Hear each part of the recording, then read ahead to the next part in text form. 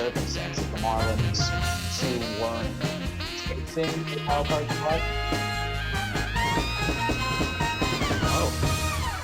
So yeah, sorry everybody. Man, I suck. Justin, 1, 2, 3. All right, so yeah, now our microphones are on. Let me actually lower the music in this game. So we're finally on here, and we were talking. Well, I guess we'll start the show with Tyler Skaggs. Let's take it from the top. Yeah, miraculous things that were happening, and just I guess the reaction from the sports community. Yeah, I mean, I'll piggyback off of what we were saying before we realized we're off. This is a good feel-good moment for the Angels because typically when a young person dies, any kind of high-profile player or medium-profile player dies, in suspect circumstances, it kind of turns into a complete negative.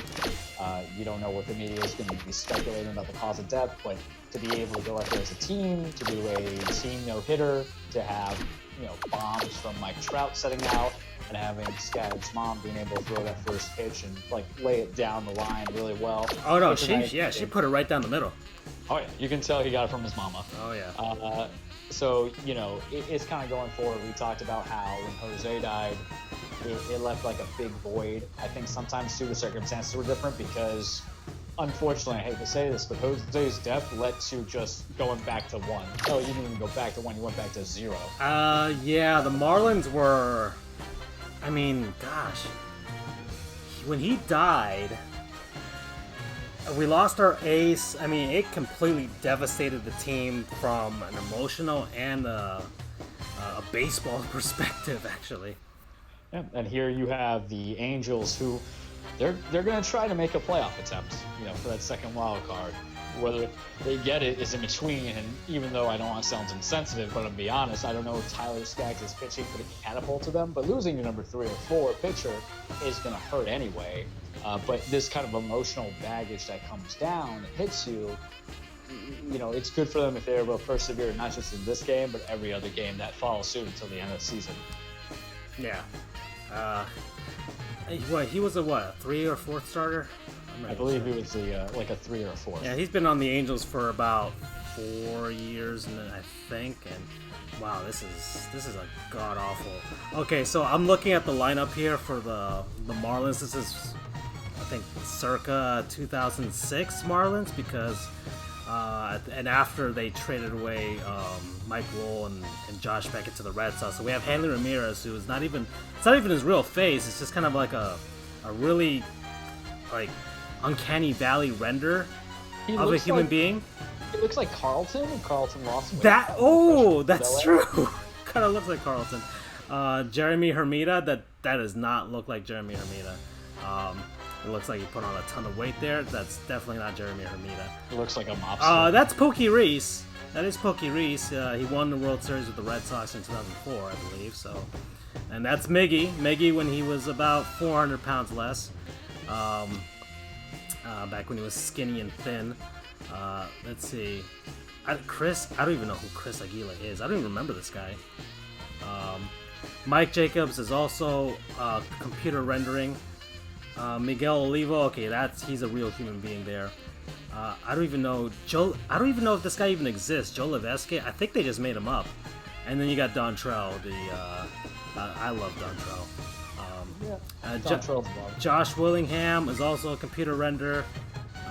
A ton of these Marlins because, I don't even know why Lenny Harris is a render because he's a real human being that played in the league for so long.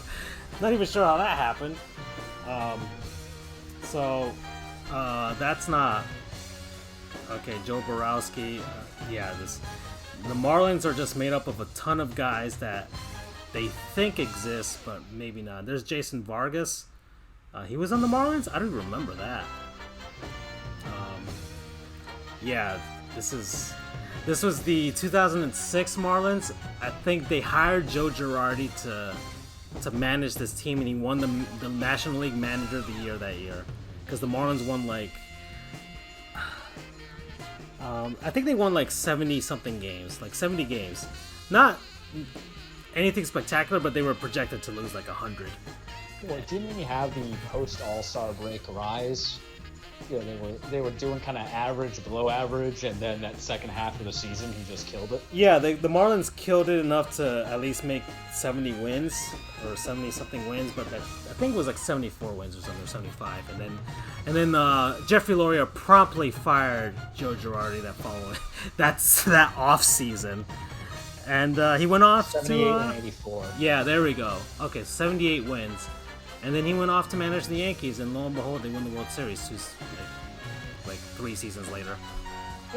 I feel he was underrated, even with the Yankeeville, because I mean, I knew it was time to head out because he lost the faith in Cashman, or Cashman lost faith in him, and once a cash daddy loses faith in you, you don't come back. Here on Yeah. 2K Sports. But I'm he Jeannie at least had a Zalasko with proven my track record. colleague The Steve idea is Frizio, that coming at you today Miami from our just never Hardball gave him a Central fair shake, 'cause Studios. Loria's Loria. He is basically the light version of James Dolan off in the Knicks world. So I felt like he got a bum rap. But that 2016 had potential, but it was that influx of guys that you want to get rid of the contracts, followed by a bunch of no-name I vets. think they had like a $15 million payroll. I think it was something ridiculously low like that. Yeah, and he just wanted out. Yeah. Because didn't you trade Miggy the following year? We traded Miggy in the offseason of 2007, actually. Yeah, okay. So Miggy stayed for at least a couple seasons. We traded Miggy to the Tigers, along with Dontrell Willis for Andrew Miller and Cameron Maben. Oh, man. Looking back, right? Cameron Maben didn't turn out to be the player that he was, and Andrew Miller was not a particularly good starter, but reclaimed his career by being a really good reliever. And Cameron Maben has just been I guess an alright utility man.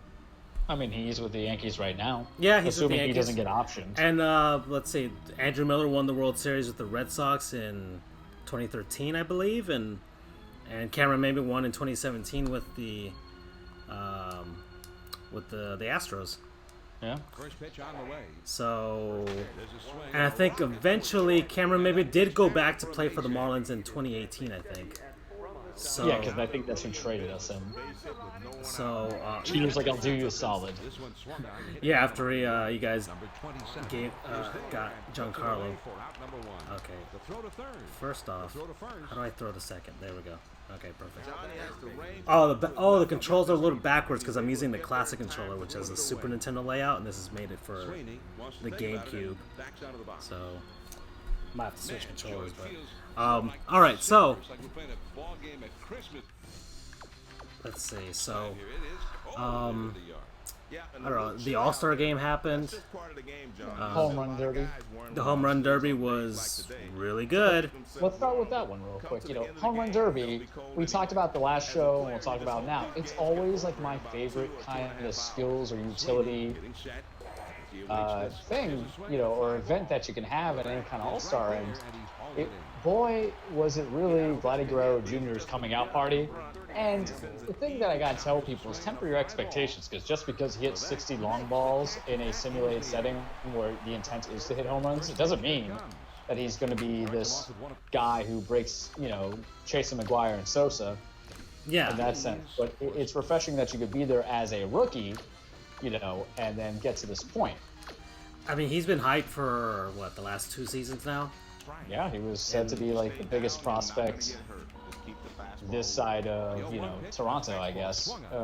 So it was good. It was competitive because I can't even remember the guy who beat him out. But it was just an interesting kind of dynamic and fun Well, that they had. well, yeah, it was. Well, he had the was it the swing off, which was where everybody was just going freaking nuts with him and Jock Peterson. Yeah, and Jock and him were going toe to toe, and it Yeah. just took like one missed ball, man. Yeah, it did. And then finally, Pete Alonso beats Acuna, so the Mets actually have something good from all this freaking mismanagement and everything that they've got going on. The Mets are always one of the more dysfunctional franchises in sports, really. In sports. Everything New York based tends to be disorganized. What? except for The Yankees and Rangers. yeah, the New York Rangers are actually they signed Artemi Panarin and surprisingly James Dolan hasn't ruined them. He's ruined the Knicks, but he hasn't ruined the New York Rangers because I don't think he particularly cares too much about them. So But I think they're one of the more profitable hockey teams, right? They're like in yeah, the top. they're either one or two. weird. They're either one or two. I mean, they're in New York City. They've been a team for so long and so I guess he just kind of runs it on autopilot, really. He's like, okay, I'll hire the guys, let them do their thing, and then, whatever. And the Rangers, if they make the Stanley Cup Finals, that's fine, But it's my beloved Knicks that I can't seem to stop tampering with, to the point where Kevin Durant and Kyrie Irving head to Brooklyn, of all places, and not even play there. Yeah, 1 and 2. Well, was it the latest Forbes report? I guess Toronto, Montreal. It's usually Toronto, Montreal, and New York. Those three kind of go up and down with the profitability in the NHL.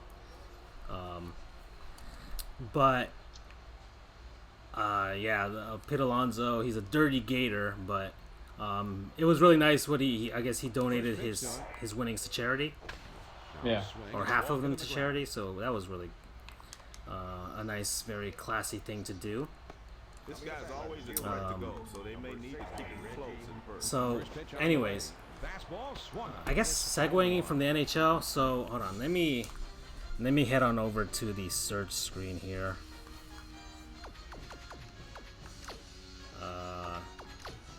Let's see. I'll let the computer take over for now. Whatever. So, like, you guys know me.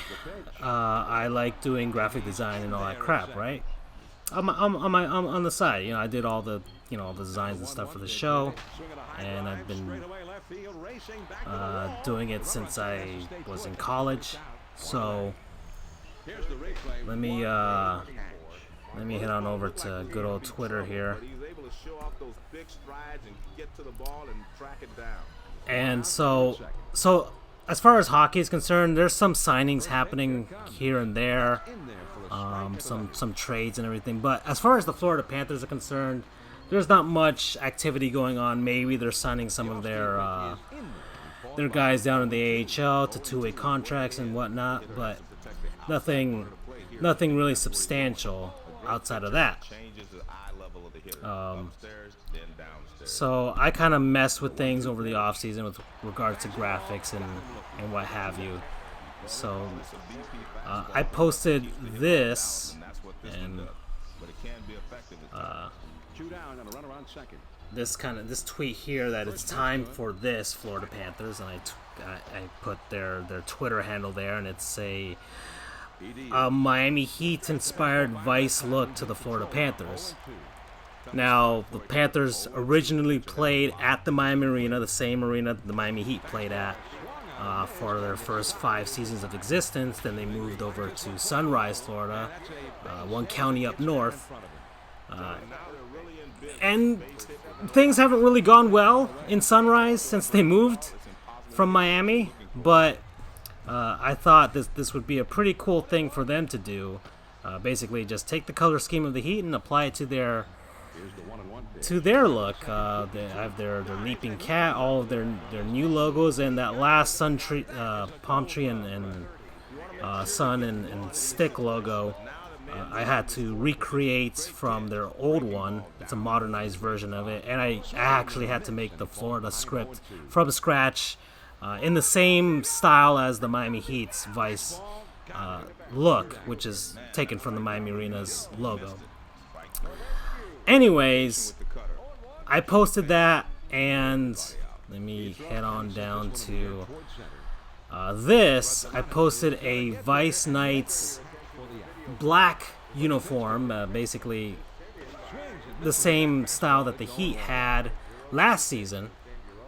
Black with blue script, pink numbers, and the black helmet, and blue logos and all that such. So, and then I posted this, and I have a white version as well. So I'm getting comments like, looks like the Miami Subs jersey, please no.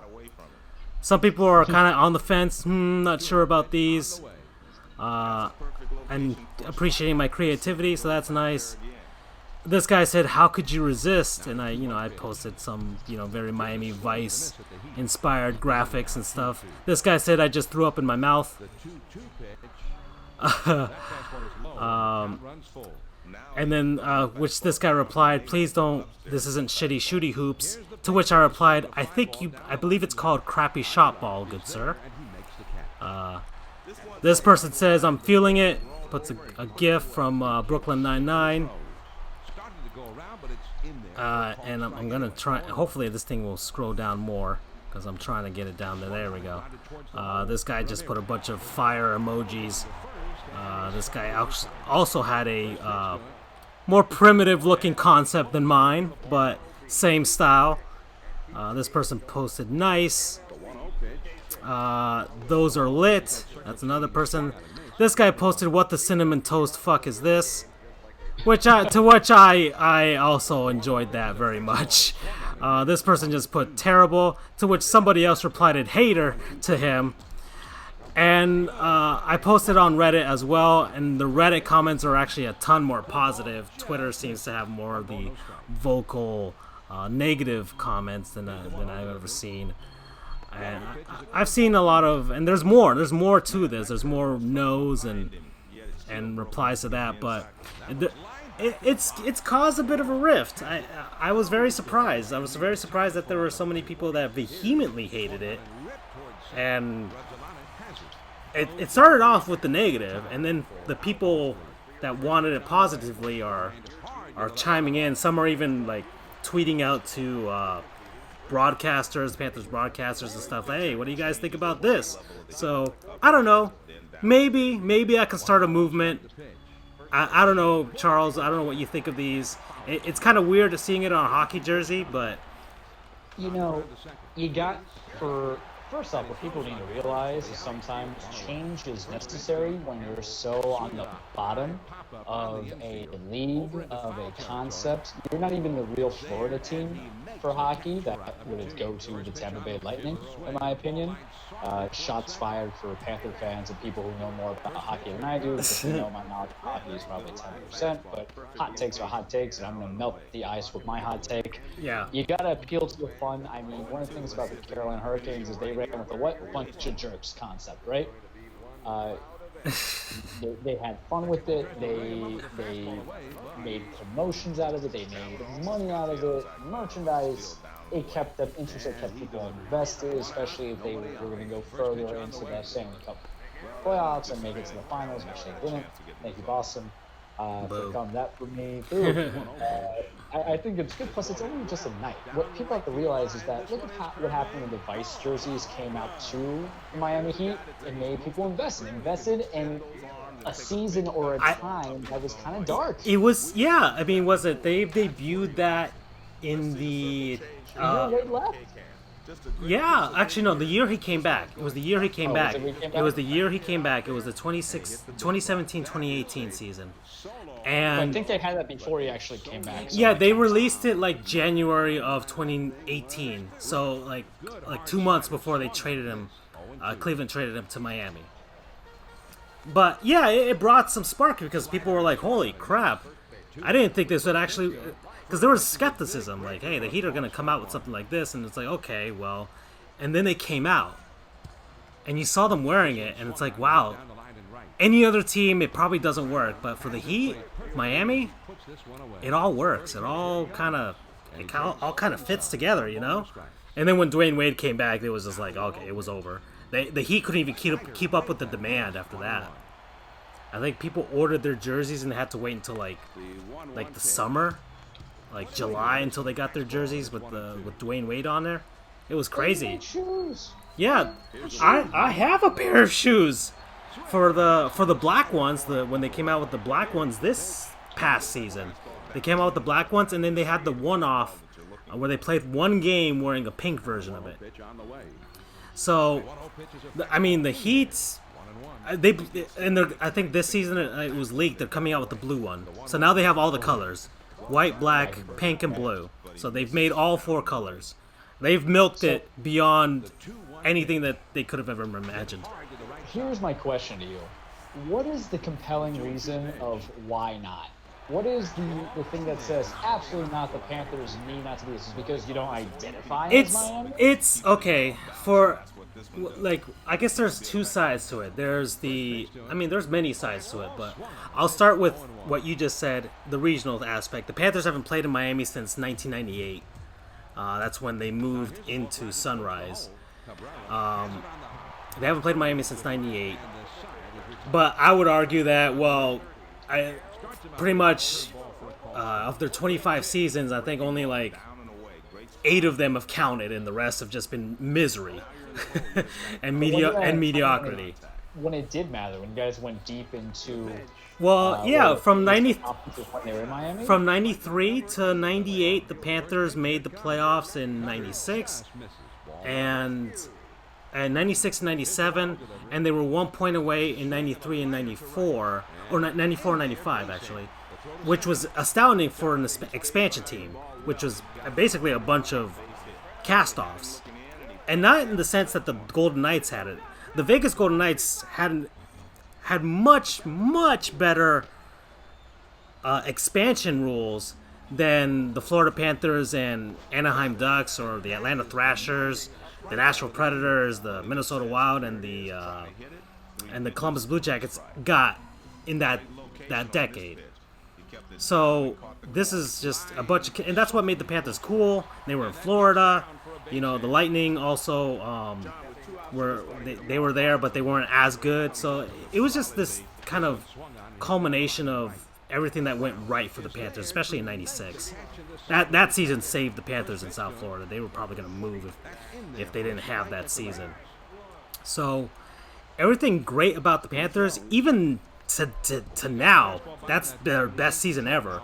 People reminisce about the time when they were in Miami, not in Sunrise. Now, hopefully, with Coach Quenneville and the new guys here, and yeah, also higher level of talent in the league. That's a very good note, BU. Didn't you also sign like the second best free agent of Barkovsky? I think that's his name. Bobrovsky's he was the best. He was the best goalie on the market, and I guess you could make the argument he was the second best free agent on the market.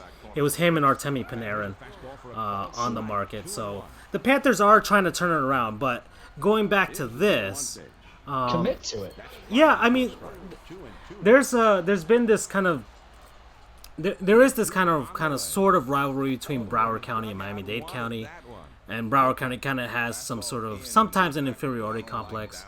Now, I'm from West Palm Beach. I'm from Palm Beach County, all right? So I don't have a dog in the fight. I cheer for the teams down south because, they're the closest ones, and usually when they mean South Florida, they include Palm Beach, Broward, and Miami-Dade. So, but Broward County, the Panthers really are that team. The Dolphins are moving their practice facilities out of Davie, which is in Broward, down to Miami Gardens next to their stadium. So Broward County is going to just have the Panthers as their only professional sports franchise, barring the MLS team having some weird arrangement in Fort Lauderdale as well. So there's that aspect saying, oh, the Panthers don't play Miami. They don't play Miami anymore. Oh, they used to, and that was their best era of their history. So, it'd be nice to embrace that. It'd be pretty cool. In fact, no, I don't think any other NHL team could actually get away with this outside of Florida.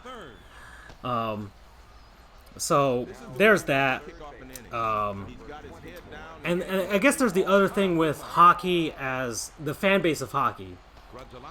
The fan base of hockey, they're very reluctant to change, I would say.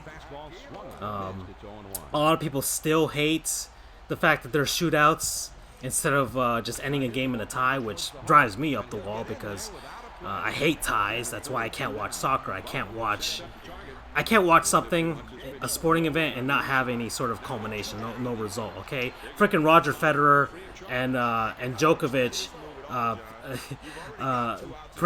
played 5 hours in the sun and came to a frickin' ending to their match. Okay, the hockey players can do the same.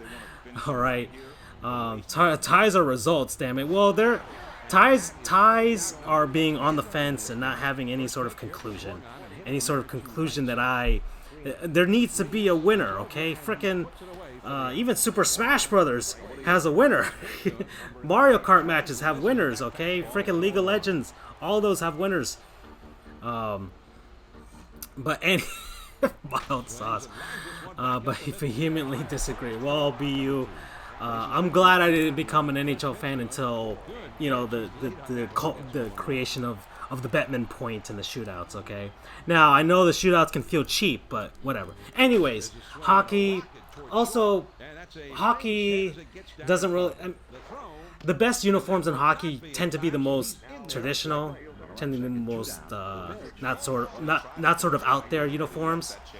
I think very few teams actually get away with an outdoor uniform or a very unique concept.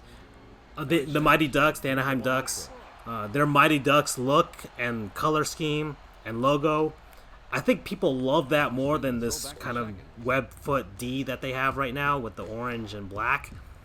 I think people prefer their old look than to this one. So I think the Ducks are a team that worked with. The Panthers went with a red navy and yellow white color scheme, which I liked. I liked the combo, and now they've gone with a gold and kind of military-esque look to them. So this is very much out of their color scheme, but the Heat were the same way. The Heat were red, black, yellow, and white, and lo and behold, they come out with that scheme. But they do play in Miami, and when you think of Miami, I think you think of those colors, and some people think that it's a little too out there for a hockey team. But I don't even want this to be in a like their permanent uniforms. I just think it would be a pretty cool alternate. Let's say if it was an outdoor game that they played at Marlins Park, their return to Miami, if that were to happen, that would be a pretty cool look to it. It would catch people's attention, and barring the reaction, and just gauging the reaction from what I posted, a lot of people are into it. A lot of people dig it. So, and I could see a lot of there were people for the Miami Heat that weren't Heat fans that were buying the Heat Vice look. Now, you're a winner when you have that. When you have people buying your merchandise and they're not a fan of your team, but they just like the way you look. Okay? I mean, the Heat made the men's warehouse of uniform concepts. Okay? It was guaranteed that people like it. So it was just something I threw out there. And I've done it before. I still tell people I predicted the Panthers' current look. And so I'm not that far-fetched from this. I put some thought into it. I put some thought into the stripe patterns. It's the same stripe patterns the Panthers had in their original uniforms. So it's not something I just kind of slapped together. Everything is deliberate and just my mind. That's all. Anyways, that's what happened. Panthers fans are split. But at least I got them riled up and talking something during the summer. So there's, just something that'll tide us over till September. And hopefully that gets here soon. Anyways, back to this. So, Charles, I sent you guys a topic that, and I guess this kind of goes back to fandom. So there was a Bloomberg article studying, habits of sports fans now, demographics and what have you, and they came out with the conclusion that sports fans are, I think the professional sports industry, soccer, football, basketball, hockey, all that stuff. I think they came out to making $500 billion worth of money. Crazy. But that the demographic of sports fans is older now, and there's less of them, and maybe they're spending more money, but there's less of them, or maybe there's just more advertising dollars in it. But another thing that they pointed out was the loyalty of fans, that especially with millennials, that millennials are jumping from team to team more than ever. Like, they're not staying loyal to one team like older fans do. So I was just wondering, what do you think of those people? Are they communists, or I don't know? What do you think? All right, so I'm gonna bring this into it. I'm split between two teams as my major teams, not counting the Heat. I am for all sports. All sports. Okay. So I am a New York Yankees fan. I have been since I was 6 years old. I go through the ups and the downs. I have like 4 Yankee hats, which is ridiculous considering the fact that they only come in black or blue, man. So I got that. I got the 2009 hat. I have like 1 Yankee shirt. I never go with jerseys because I'm cheap. And for football, I mean, I like football in general, but the team I support is the Tennessee Titans. So on one hand, I mentioned that because you have one team that couldn't get a bandwagoner even when we were good. Great. 1 yard away from a Super Bowl win, and then the number 1 seed in the AFC back in 2009 when Kerry Collins, of all people, was leading them to dear God. AFC I forgot or AFC South title. I forgot he was on that team. Yeah, but no one jumps on that bandwagon, even though we had some electric players such as Chris Johnson, who was CJ2K, and a couple of guys there, versus the team that everybody who is either a casual or a bandwagon or fan comes into and supports, the Yankees. And here's my thoughts on it. Who cares? Let the people like what they gotta like. In this culture, we like winning, right? People only like the Cleveland Browns now because they have that electricity with Baker and Odell and Jarvis and Chubb and Myles Garrett, because people like winners. Yes, the diehards may stay with their teams, which is great. But listen, I'm going to tell you right now, you know, and Mr. BU says, yes, Smash Go color scene, I can get on board with that. But back to the thought process is that a lot of teams don't want to toil in mediocrity. I'll give you the best example.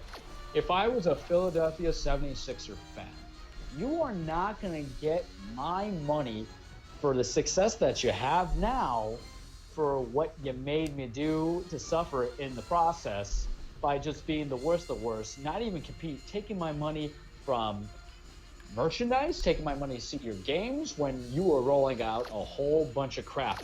When you shipped off Michael Carter-Williams, when you shipped off Nick Stauskas, he might have been with the Kings, when you shipped off all the other dudes, I don't care if this means you're going to win an Eastern Championship and then the NBA Championship to follow through. When you're tolerating that long mediocrity, when you have mismanagement, incompetence, and just a dumb owner, I'm out. So in today's day and age, and listen, this might be hitting the hot topic button issue that we never want to talk about, which is, you know, childhood sports may lead to some kind of concussion concern, so that's why parents don't have their kids play in sports to be active. Maybe that creates that apathy, maybe creates that lethargic, or maybe that creates that whole I can choose what I want. Or maybe the other thing is that either you got parents who don't like sports, so they don't instill to you a kind of pride in a team that you should like, which was like my family, because my dad doesn't care for sports. It's like, that's nice. I'm a leave me alone. Or maybe there's just the whole thing like they don't create this free will of the team. But let's talk about the teams everybody kind of bandwagons with, aside from the Yankees. It's the Cowboys. It's definitely the Patriots now. Yeah, the Lakers. For hockey, the Lakers. My God. Yeah. My God. You know, every year, Lakers can go be NBA champions, man. I'm like, you guys suck. Lakers can be NBA champions. Like, as far as hockey bandwagon, I guess the latest one. Okay, I guess you would say. Well, hockey bandwagon is kind of, I mean, it just depends on who's really, really good. I don't think anybody's, like, always cheers for, like, the Leafs or the Red Wings. It just really depends on who's really, really good. At any given moment, there's not really, like, those legacy bandwagons like the Lakers and the Yankees, I would say, because those, like, I guess one of the more egregious ones was the Chicago Blackhawks, because they won 3 championships in, like, 6 seasons. So that bandwagon got really, like, all of a sudden these Blackhawks fans just showed up out of nowhere. And of course the Blackhawks were like terrible for so many years before that, like 8 seasons or something like that, and then didn't win a Stanley Cup since like the 60s. So the early 60s too, during the original 6 era. So that was a very annoying bandwagon to get with. The Pittsburgh Penguins bandwagon happened as well because they won back-to-back championships. Yeah, I'm reading BU's comments. Stanley Cup runs coincided with ownership that actually was like, yeah. I mean, the Blackhawks thing was, I mean, there was a Dollar Bill Wirtz was their owner who was notoriously cheap and very stubborn, and then like his son took over after his dad died, and all of a sudden the Blackhawks are like, you know what? Maybe we should broadcast our home games to our fans. Maybe they could actually see us. And then it just took off from there. But anyways, aside from that, yeah, those are the bandwagons. But sorry, Charles, I kind of derailed there for a bit. No, you're good because I typed into it because you're going somewhere. But I think sometimes it's maybe the market because Holy, the San Francisco Giants, just Manny Ramirez and his steroids just hit a home run at Yankee Stadium. But sorry. Lo and behold. San Francisco Giants, when they were pulling off that dynasty, and I think when you win 3 World Series within 6 years, it's a dynasty to me. You couldn't get a lick of concern or a fan base out there. So maybe it's also kind of like the embodiment of metropolitan cities or just big name cities. Even the Miami Heat, when LeBron and Big Three came in, there was a lot of people who jumped on into it. But is it a situation where maybe we dissolved from being really team-centered as fans to player-centric fans? Oh no, that's happened. As I go through it. That's what's happened, and that's what's. Look, I'm of the other side, the old school side, where you just you cheer for your team and you stick with them through thick and thin. Now I have wavered a bit lately because. Because look, I've let's see, but the first sports team that I liked, the Marlins, when they were the Florida Marlins, and then I became a fan of the Dolphins because they played in the same stadium, and then from there, basketball with the Heat when Dwayne Wade came on the scene in that 2003-04 season. That's when I was like, holy crap, and then 2011 was when I became a fan of the Panthers, so. And it's all convenient because I'm from down here, and okay, let's just cheer for all the teams down here. So, and I stick with teams through thick and thin. Like I've been through a lot of I remember around 2002, like the Marlins, they just they never won. It's like, man, and I was a kid too. I'm like, man, it really sucks that they keep losing. I wish they could win, But then like the fall, they signed Pudge. I'm like, oh, this is exciting. And all of a sudden, like that 2003 season started happening. It's like, holy crap, this is what winning feels like? What is this feeling? And then they just win the World Series. And that's why those, the guys in that roster are like, my personal heroes, like those guys. And so from there on, I was like, yeah, I'm a Marlins fan for life from, through thick and thin because I went through the thick and look what happened, So for me, jumping from team to team, liking a certain player or just jumping from team to team and following them, I feel like it's a little cheaper in a sense. As a human being, it feels a lot cheaper because it's like, oh, well, of course I can just like any good team and just feel good about winning a championship every season. Okay, all right, I'm a Toronto Raptors fan now because they just won, and hey. I'm a St. Louis Blues fan because they just won. I feel like that's really cheap. Those Blues fans, I mean, they hadn't made the Stanley Cup for like 49 years. Like those Blues fans that went through like Brett Hull and all those seasons, all those the agony. They've had really good teams that just disappointed, and then they finally break through. The same thing with the Washington Capitals the season prior. Like Alex Ovechkin couldn't win, and the Capitals were so bad when they were starting out, and then they somehow just like finally pulled it together, always losing to the Penguins, and then they finally beat the Penguins. And like if you were a fan of the Capitals for like 10 seasons prior to that, like winning that Stanley Cup, I think it means more to you. It feels much better to you than somebody that just kind of jumped on the bandwagon that season. That's, and I don't know. I just feel like the fans, people who just jump from team to team, it's cheap. It's kind of cheap. It's just a cheap way of going through life. Okay, all right, fine. As far, I mean, ultimately it's sports, and it really doesn't truly matter. But I think you get more of a sense of community when you cheer for one single team. You more sense of, because, I mean, if you're a fan of LeBron James, that means, and just LeBron James, that means you have to converse with all these different communities, and you have to converse with Lakers fans now, and you don't. And yeah, you can brush up on the Lakers history, but you're not going to be the same as a diehard Lakers fan like Cesar. He's a diehard Lakers fan. He's from L.A. through and through, and that's not bandwagoning. He's just he's straight up from Los Angeles, And there's Charles's Lord and Savior Derek Jeter, the base hit up the middle. Maybe we praise his name. Yeah, and he's stuck with the Yankees all these years. So when the Yankees do win, it means more to him. So. It's not as, and you can't say he's a bandwagoner because hey, he's cheered for them since he was 6. So I don't know. I think jumping from team to team, I've had when I started liking baseball, I liked the Marlins as a team, and my favorite player was Sammy Sosa. Okay. So and Sammy Sosa was on the Chicago Cubs. He had the home run race with Mark McGwire, all that stuff. But then my loyalty came to a head when the Marlins faced the Cubs in 2003. And I decided right then and there, if the Marlins lose this series, I hope the New York Yankees win the World Series.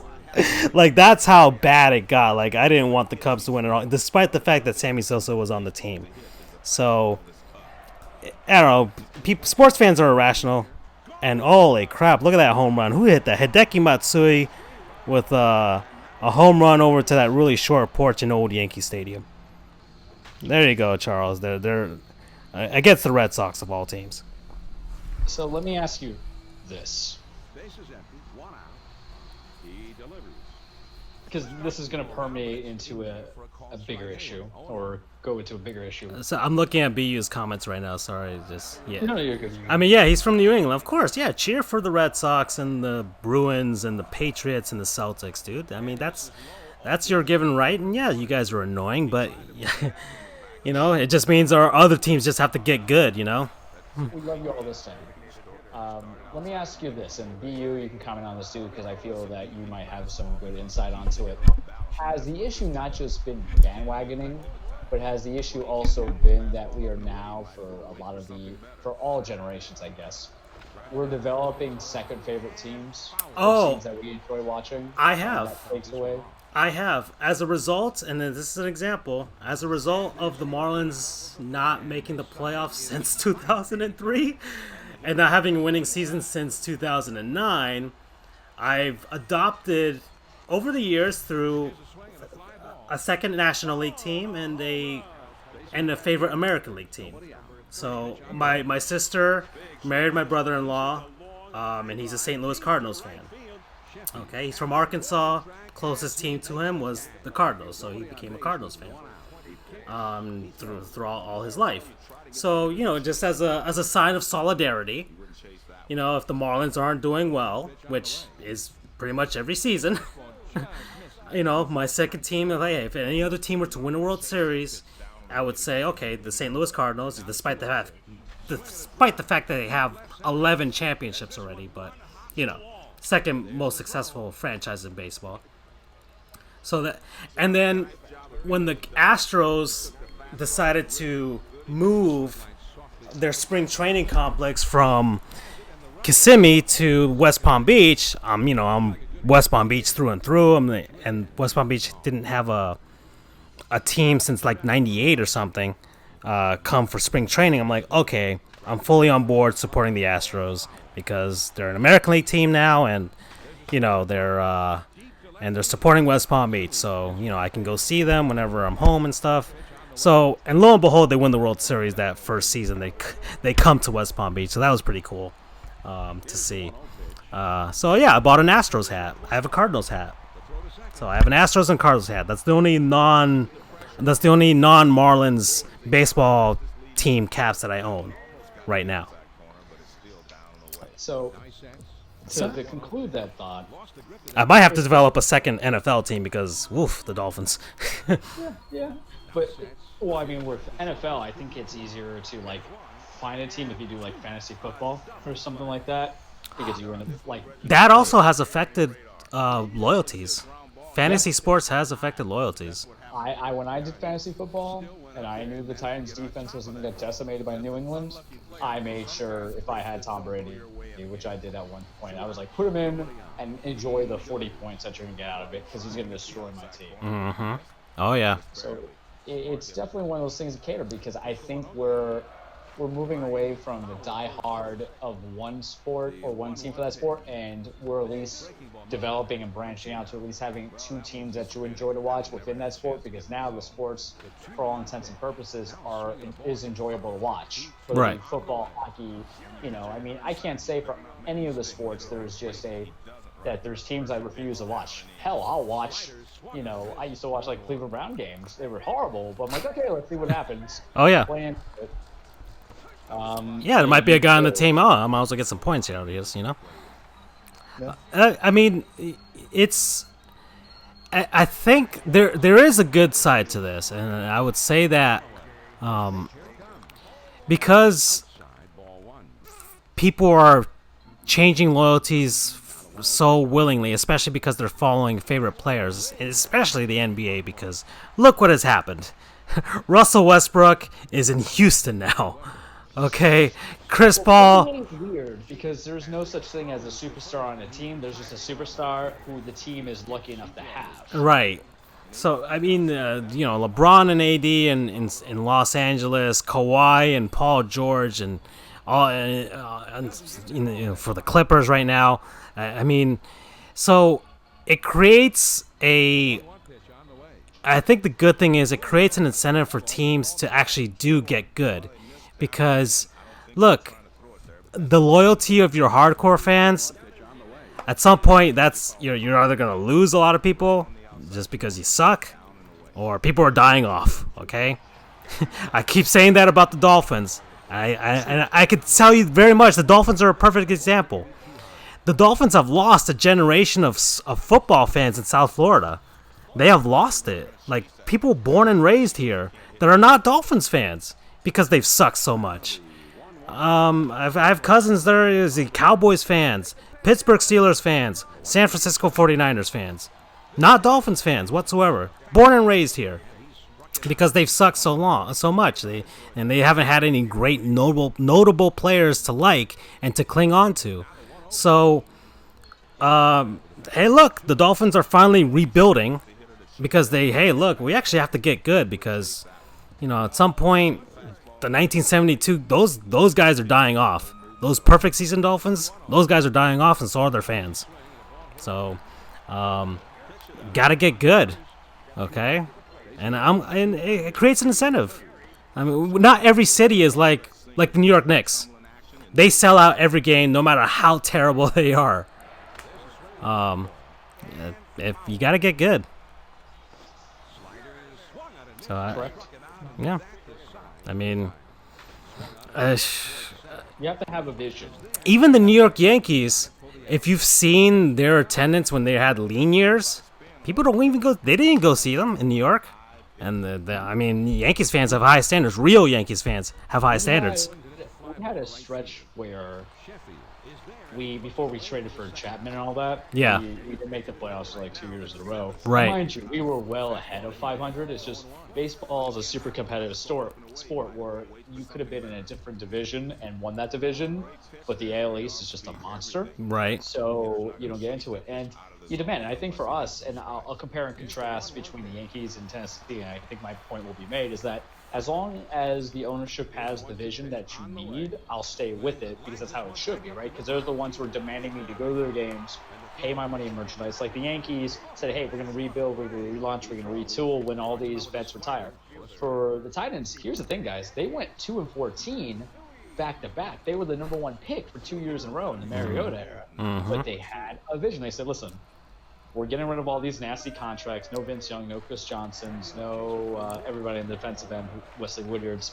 Guys, it's been so long to remember their names. And we're going to try to draft well. They can't keep a coach for their life dependent on it because they went through Munchak, they went through Ken Wisenhunt, they went through Mike Malarkey, and then now we're at Mike Vrabel. But there at least is a vision of how to build the team and how to sell it to people.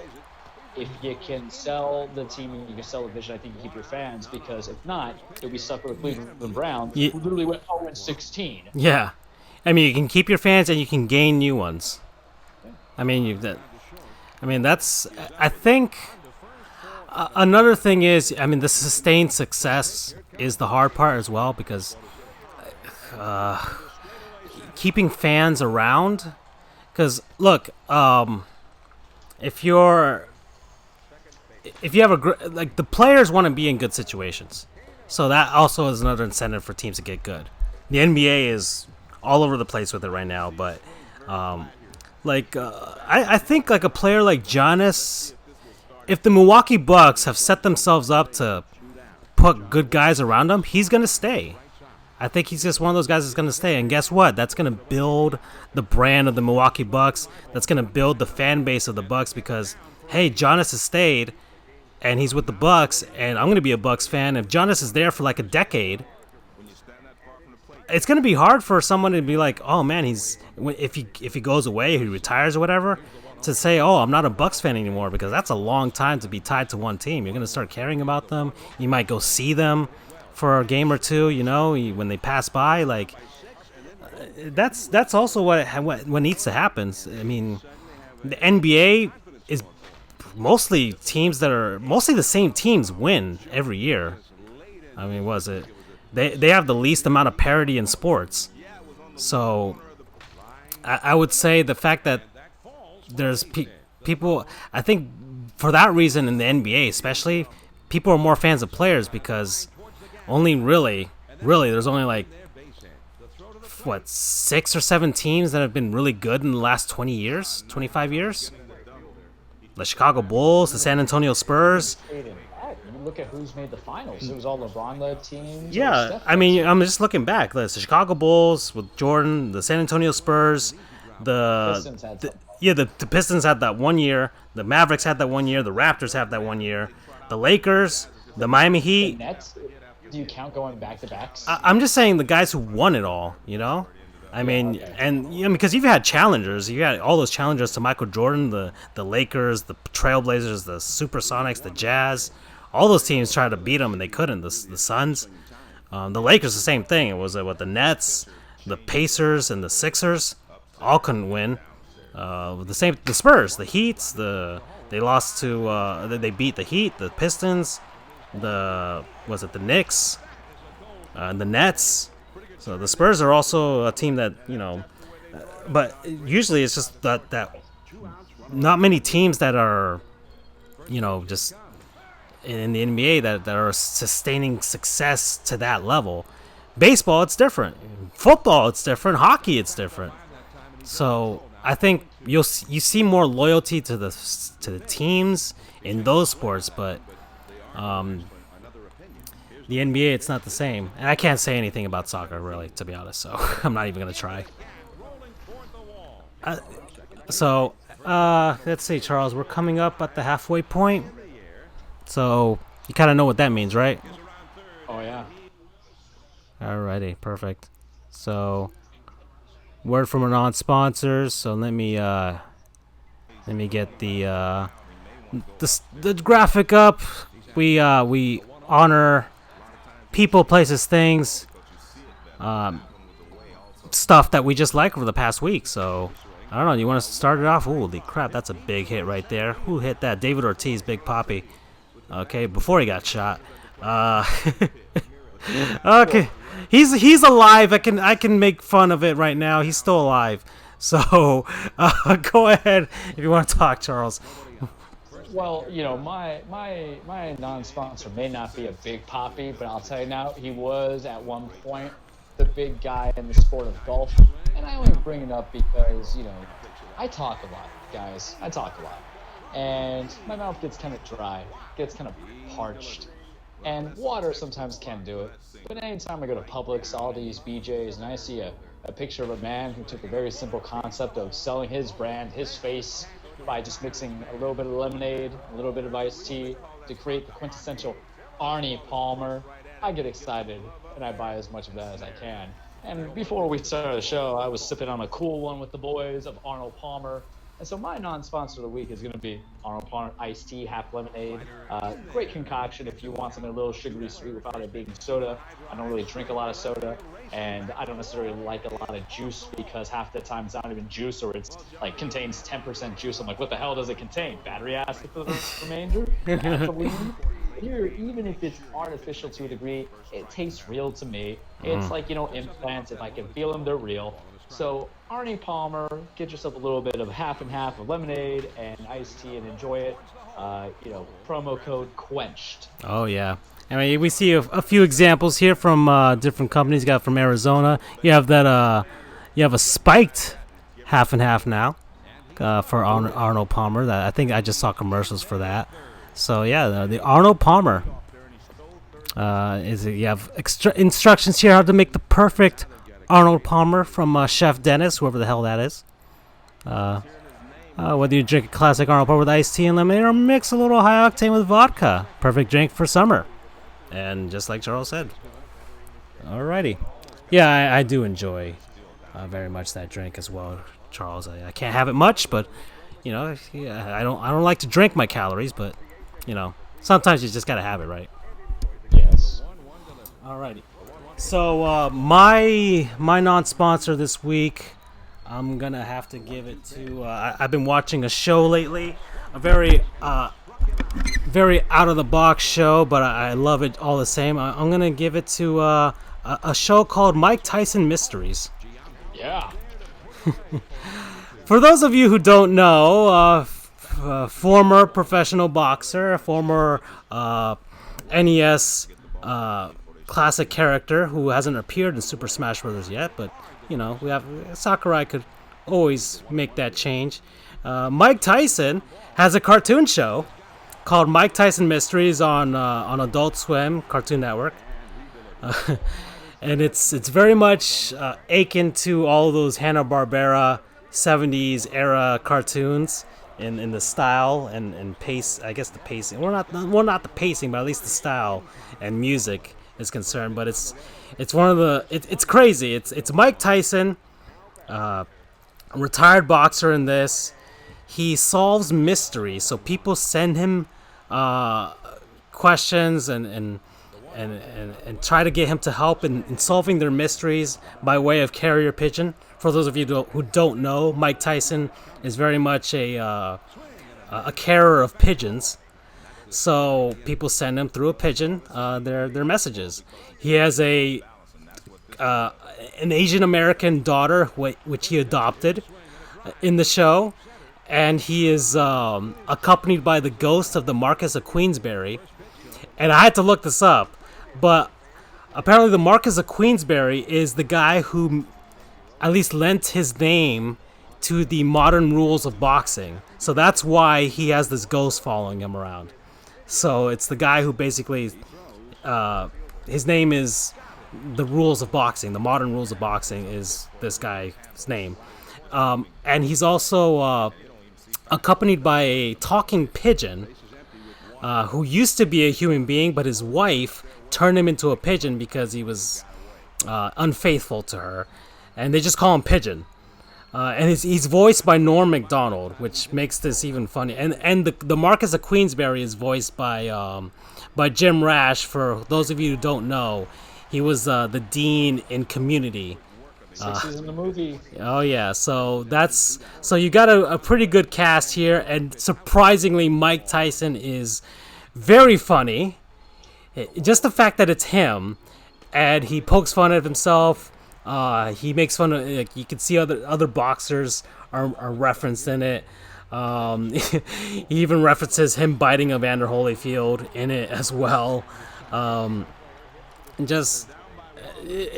the show is completely random. There's no sense to it whatsoever, but for some reason it's crazy enough to work. It just works. The show just works. It's on its 4th season right now, so the show just works. And I've been binge watching Mike Tyson Mysteries. So that's my non-sponsor, is this show. So yeah, that's it. All right, so heading back to this, let me look at the scores right now. The Rays are beating the Yankees 2-1 out in Yankee Stadium. The Phillies are winning against the Dodgers 6-1 in Philly. The Nats are up 2-1 against the Orioles Beltway Series. The Tigers are losing to the Indians 7-0. The Blue Jays are beating the Red Sox 4-1. Yay. The Marlins are winning 7-3 right now against the Padres after the 2nd inning. So they're doing all right for now. The Arizona Diamondbacks just started against the Rangers. The Cubs just started against the Reds, and I think the Brewers and the Braves are about to start. Or actually, they just started right now. They just updated. So there's that.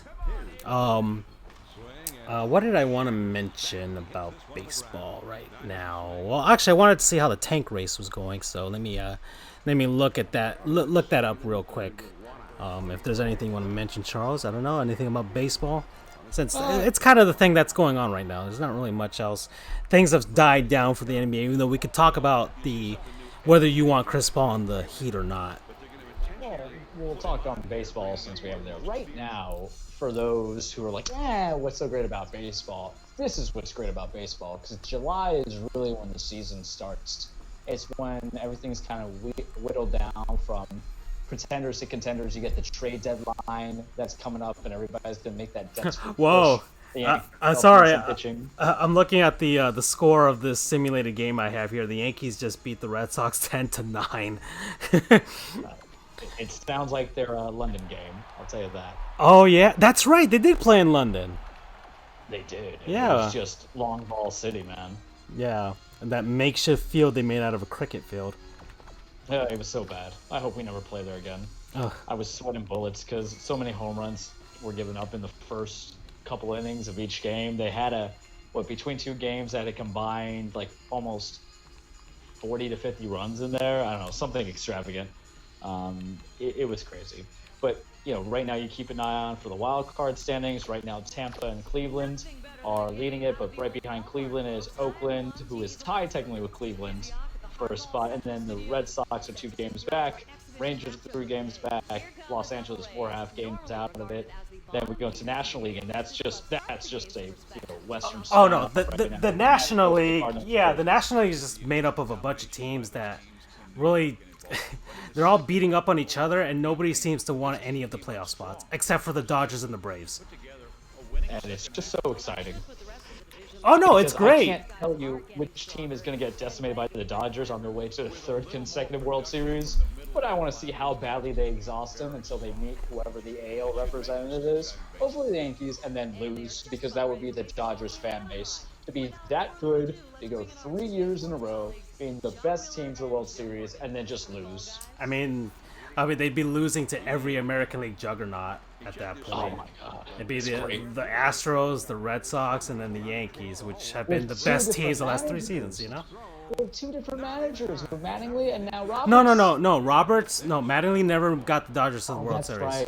That's right. Roberts went back to back. Right. They had that agreement, hey, get the hell out of Dodge because you can never finish it, because they were projected to be the team that goes into the World Series, and they always lost in the divisional round. Right, exactly. That's even better. Yeah. Mm-hmm. Oh no, What do you hire? Let's ask a fun question. You are the owners of the Los Angeles Dodgers. You are leading like a new kind of greatness. They have spent the GDP of more than most countries the last 6-7 seasons to try and win the World Series. Yeah. And let's say you get to the World Series for a 3rd time and you lose. Do you fire Dave Roberts? I think it's the Ron Washington effect, right? I can't even see how they would do that. Like what Texas did to Ron Washington. Yeah, 2 I years mean, back to back, he had a little bit of the coke problem, and then he's out. Yeah. I mean, I can't justify them firing him, to be honest, because I mean, unless he did something so egregious in the World Series that it cost him the World Series, I can't see a scenario where it's like, okay, the guy has pushed pretty much every button right. He has, I mean, the Dodgers have the talent. They have young talent, even worse. These are guys that supposedly are just going to get better. They have one of the best pitchers of the generation. Another one on the way. Exactly. So the Dodgers they just haven't done it. They've, for whatever reason, all the resources in the world, the fan base, everything else, everything that you could ever want in a Major League franchise, and you just can't win it. I mean, I guess it goes to show as far as just money just can't buy the World Series. It really can't. As much as people have said, oh, the Yankees and the Red Sox have done it, well, they have to actually win it. Yeah, we had great managers. I mean, Torre, I don't think was, ever given enough credit, and that's what happens when you're a manager with a payroll. Joe Torre pretty much had the same kind of like the Phil Jackson effect, where it's like, oh, of course anybody can win with this lineup. It's like, well, no, not really. Not everybody can manage that. Look how hard scenario. it was for Girardi to just replicate 2009. It was a flash in the pan, and we never came really that close afterwards. That's true. That's true. You guys, everything kind of came together that season, and you guys faced a Phillies team that was the defending champion that year. Yeah. So, and with Roy Halladay and Cliff Lee on that squad or something like that. I think they also had Ray Oswald. Pedro Martinez was on that team as well. That was. It's really hard, and I think that I can't see the Dodgers doing. I don't even know who they would hire to replace him. I mean, who's out there that could even be just as good, or they would just make change for the sake of change, but it could just make things worse. Like basically, like you said, with the Rangers.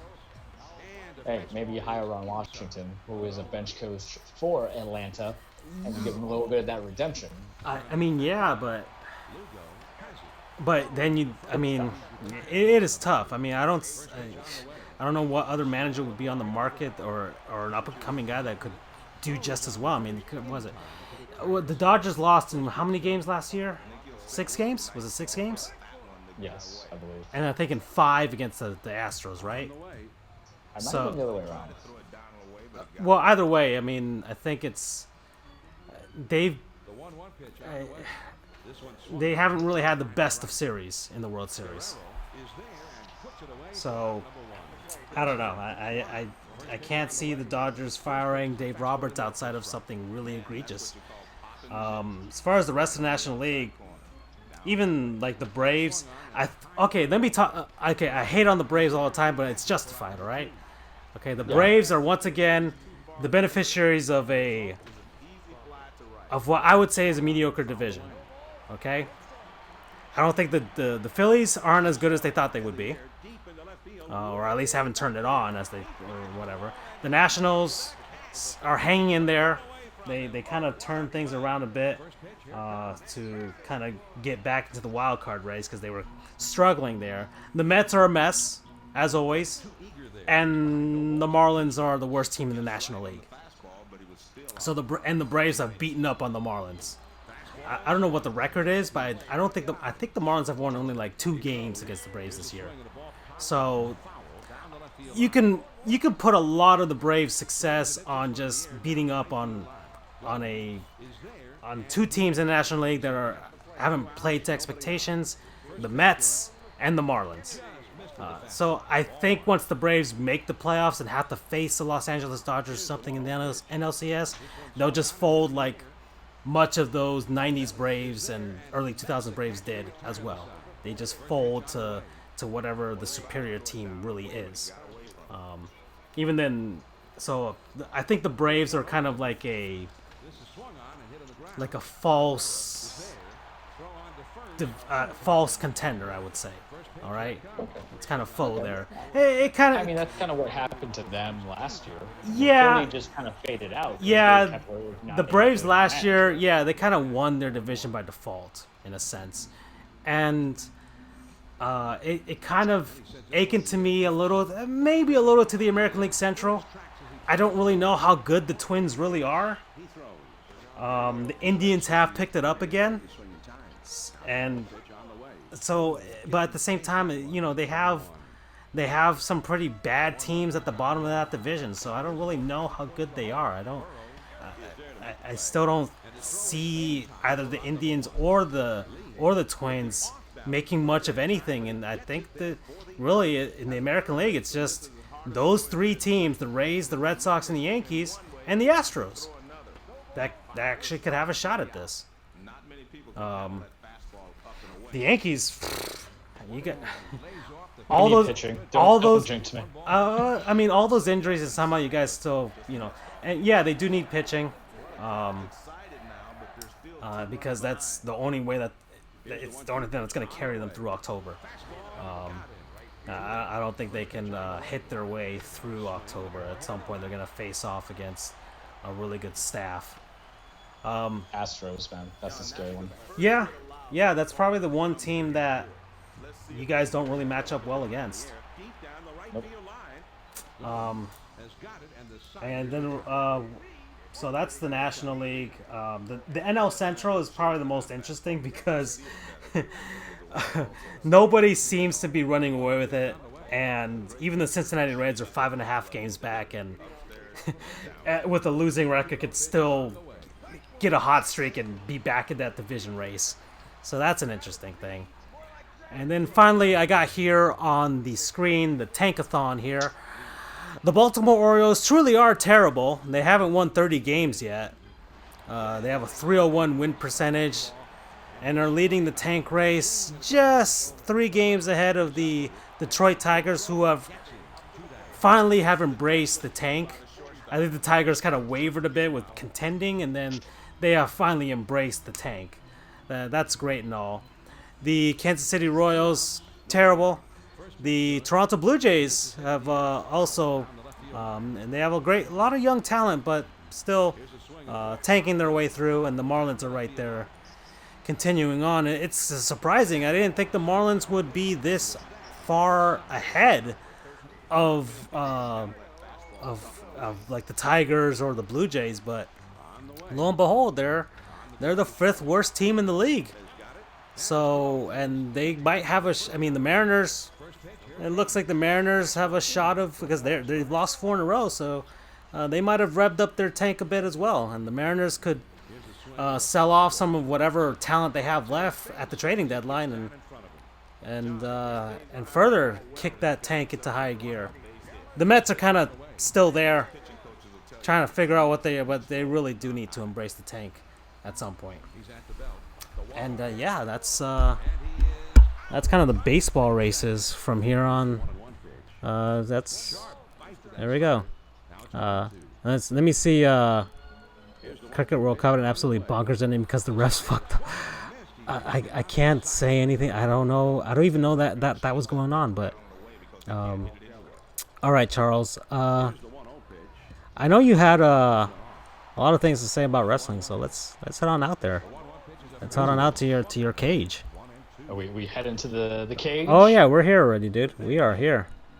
All right, so ladies and gentlemen, welcome to the cage with Charles. As I say every time before I start our weekly Trueplex, wrestling is not fake, it is scripted. It's basically grown men and women telling a story in Halloween costumes of love, a drama of chasing glory, and being the underdog and being a certified badass. So this weekend, we didn't have just one, but we had 2 pay-per-views. One for AEW All Elite Wrestling, the expected, I would say is a fair word, competition or true competition for the WWE, and then we had the WWE Extreme Rules pay-per-view. So starting with the AEW's pay-per-view Fight for the Fallen, which streamed live on Bleacher Report streaming services because it's TNT, so Turner has their hands all over it. I watched a few matches, pretty good, but like matches you want to check out would probably be the Rhodes brothers versus the Young Bucks. That was a pretty nice setup. You had the Young Bucks and Cody Rhodes, who are friends in real life. They're also the executive presidents or vice presidents for AEW because they're cool with Shad Khan telling the story of, brothers going against brothers to see who is the best tag team out there. for AEW. Very important because soon they're going to announce the AEW Tag Team Championships that are going to be announced once the show premieres in October. In addition to that, they'll have a couple other things, like they'll have a tournament to kind of set everything up. The match was pretty good, I won't say it's amazing, or I won't say it's elite, but something that you could watch out to. And then there was a couple of duds that came in, like Brandy Rhodes, the wife of Cody Rhodes, going against Allie. Not so great. There was a couple of interferences that came in there. Another match that really kind of set it up for people was Kenny Omega versus Sema. Sema is head president of the Oriental Wrestling something. I don't remember the whole name, so you got to bear with me on that one. But it was kind of there to kind of create a brand and let people know what's going on there. But the pay-per-view itself was more of just like a good kind of like taster of what the talent is, because now this is their third pay-per-view that they've done. This one I don't believe was paid for, though, because they've done the last two streamings that they had, and then they had the not all out, but they had the Double or Nothing pay-per-view that was purchasable, so it was from there. But it was definitely, it didn't pique my fancy because I know it's kind of a little bit of filler, but it's definitely something that can interest people to build up for a taster of what's to come in October, to get you excited for the slew of people and the slew of stories and the slew of matches that are going to come in. The next thing, WWE Extreme Rules. Very controversial pay-per-view for a lot of people. Very enjoyable, I gotta say. Like, these last two WWE pay-per-views were kind of stinkers with Superstar Showdown and Stomping Grounds. Granted, I'm not going to be as toxic as the fan base that are out there. So when Extreme Rules was coming in, and the first match that they were going to start was Roman Reigns and The Undertaker versus Shane McMahon and Drew McIntyre, I thought that was going to leave a bad taste in my mouth. But you know what?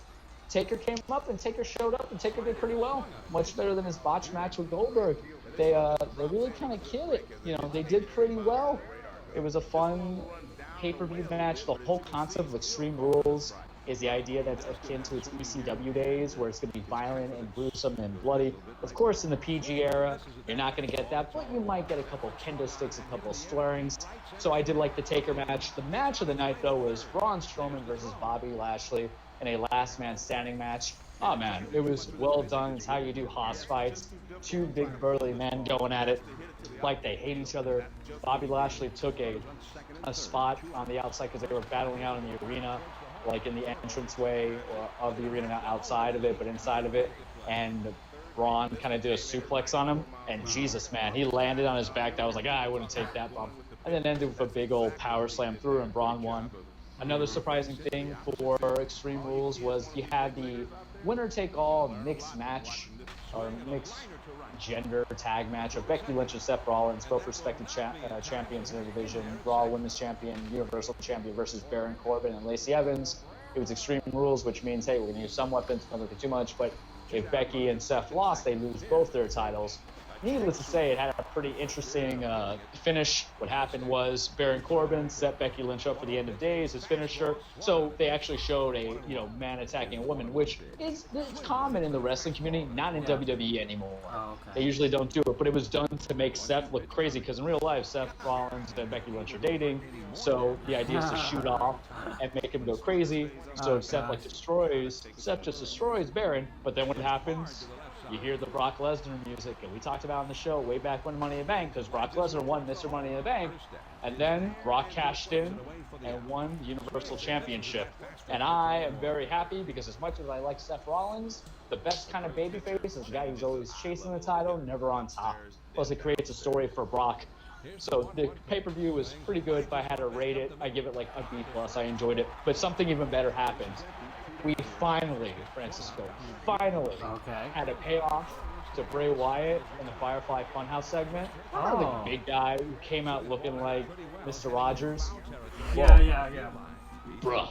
It went beyond belief, because he introduced the Fiend, which looked like a demented Joker. And everybody's wondering, when's he going to show up?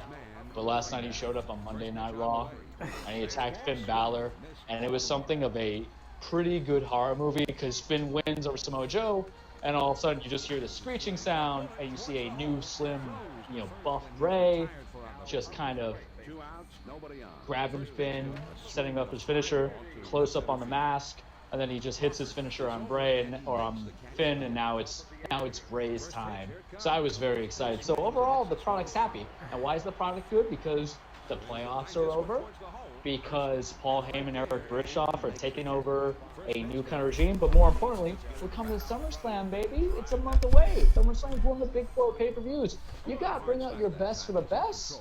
So this is it's all ramping up to this moment. So they're taking this is their shot. This is their shot to kind of capture people's attention again. Precisely. It's to kind of say, hey, we know we done goofed. I know some people aren't happy with Brock holding the belt, but listen, Seth's whole feud with Baron was leaving it stale. Plus, you actually have a real story because Seth got a rematch out of it. So he's going to be going against Brock at SummerSlam. So you have a continuation.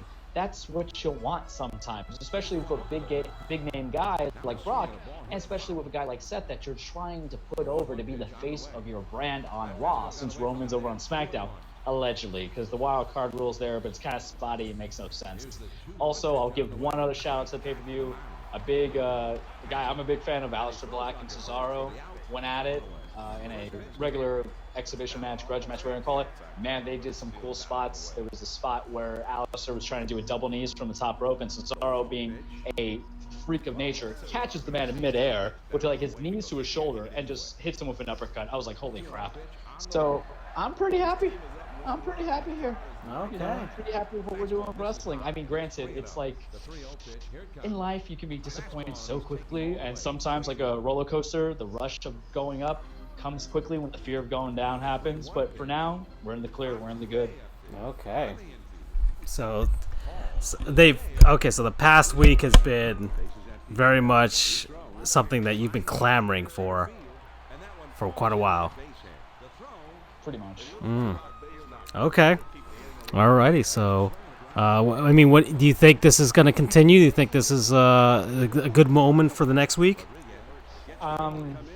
I have to see what happens with SmackDown.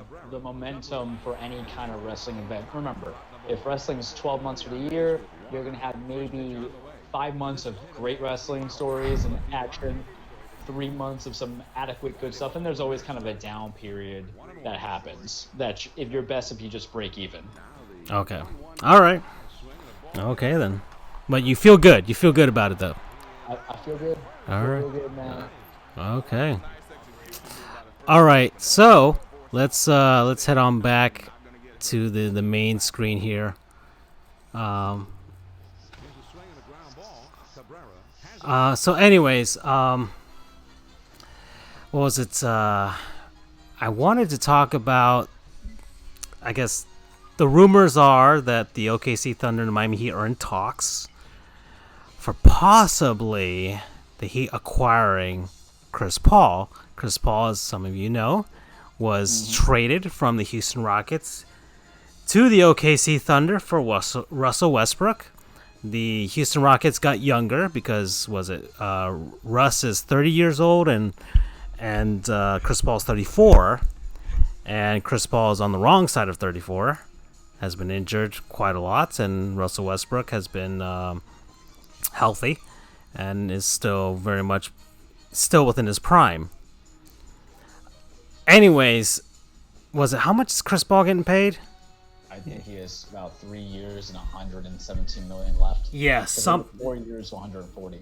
Exactly. So that's kind of the big turnoff for a lot of Heat fans is, okay, yeah, we could get Chris Paul, and he might be a type of guy that could work with Jimmy Butler. Both seem to be very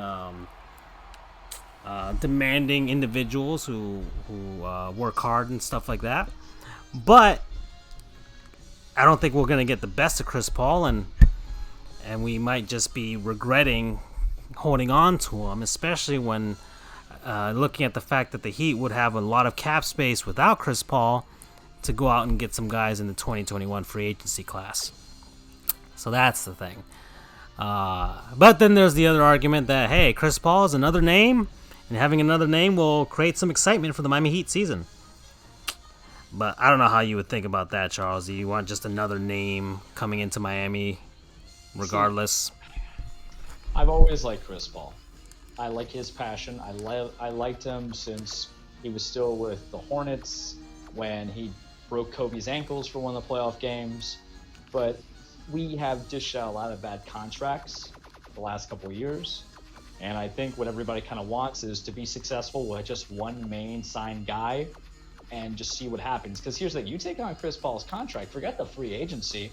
Let's see about, you take on that contract, you can't even get the midseason trades because it's such a hit on the cap because they're still paying a lot of money. Whether Jimmy is worth it is to be seen, but Jimmy was needed. I talked about this last week. I was riding the I don't get Butler thing in Philly, but here I'm a hypocrite. It's okay. Come to Miami. We'll see how you do. But we're paying that. We're paying James Johnson. We're paying Waiters' contract, and then we're going to take on Chris Paul. And what are we really taking on Chris Paul for? I don't think it's because we want Chris Paul. I think it's because we want those picks that Oklahoma has to give you in order to take on this contract, because we would be sending, I'm assuming, Goran, and probably be sending James Johnson as well, maybe Kelly Olynyk. So you got to really make it worth our while. Can they coexist? Yes, no, maybe. Because here's the thing about being a point guard. If you hit your peak at being a starter, you're not going to be a starter anymore. You're always going to be a valuable sixth man. And yes, he might be the most expensive sixth man that you're getting. But here's the thing about Eric Spoelstra. He doesn't care the money that you're being made.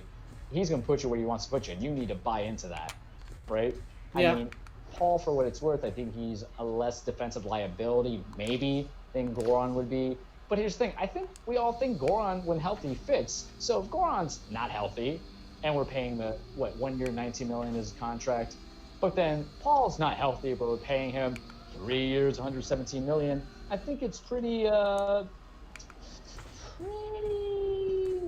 common sense, to know who you're going to pick. I'd rather run my britches with Goran for the next 2 years on a cheaper contract and see if we can draft a point guard or trade for point guards or look at other guys, because Detroit is going to run out of money. Maybe you want a little bit of that Reggie Jackson love as your sixth man or maybe viable starter. Because here's the thing, do you need a star point guard to make your team better, or do you need actual, shooters that you can do? That was the whole point of that was the whole point of trading Tyler or drafting Hero.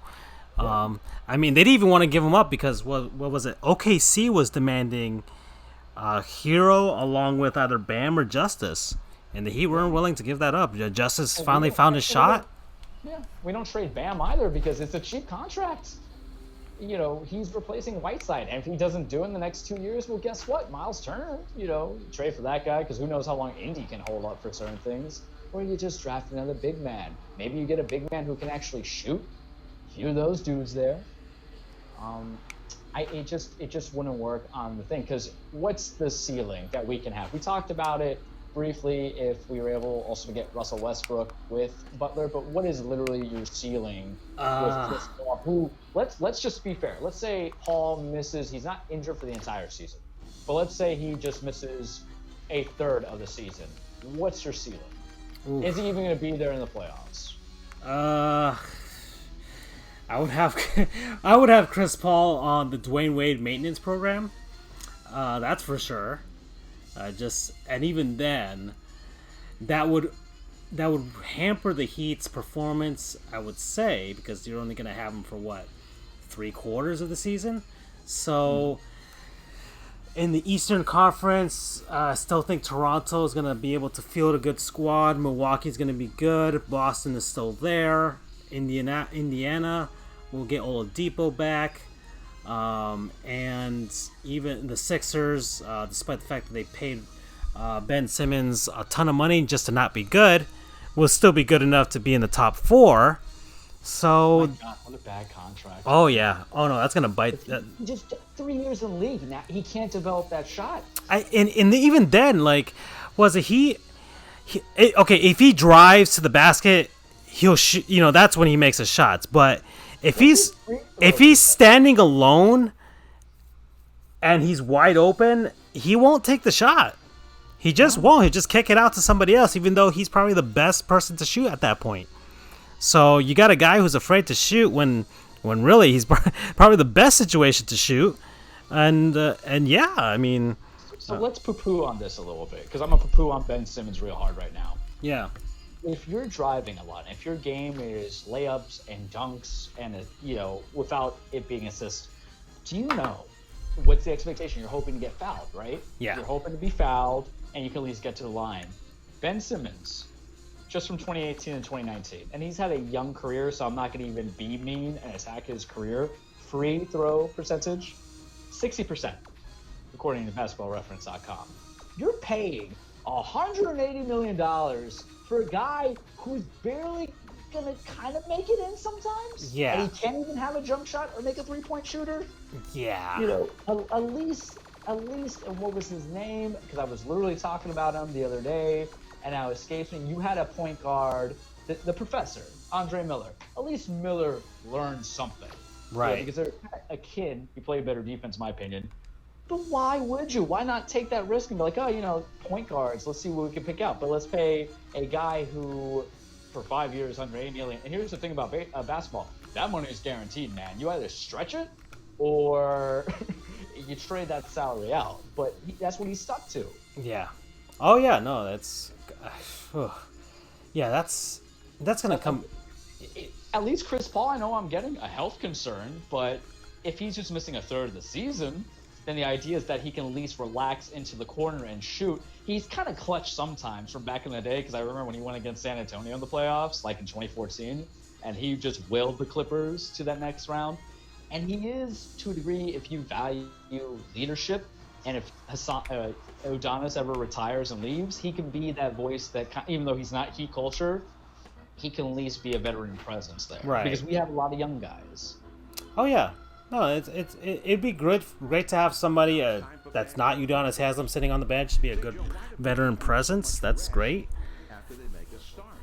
I still don't want him, though. I still think I'm still with the notion that, okay, we're going to have Jimmy Butler. We're going to at least get, I would say, 4 seasons good out of him before things fall apart. So I don't want maybe 1... possibly 2 good seasons of Chris Paul, and then stuck with him for the next 2 after that. Like, especially when you have a 2021 free agency class, which could put the Heat over the top in the Eastern Conference, especially in the Eastern Conference.